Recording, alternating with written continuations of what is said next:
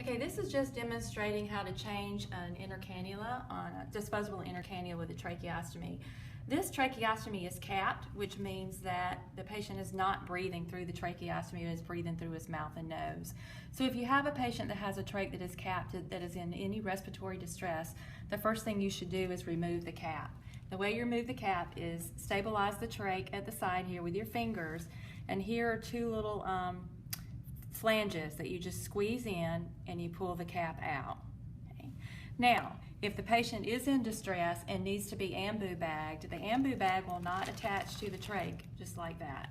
So what you have to do is insert an inner cannula.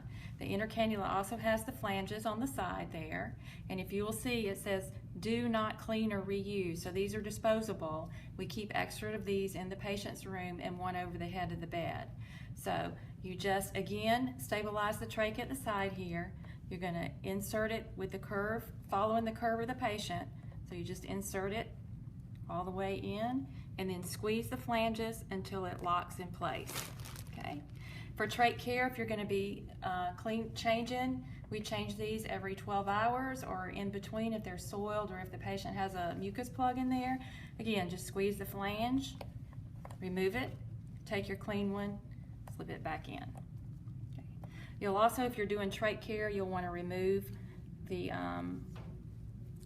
bandage there and look and make sure there's not any excoriation or any wound under the trach site there. If there is, you need to report it to the physician and the wound care nurse.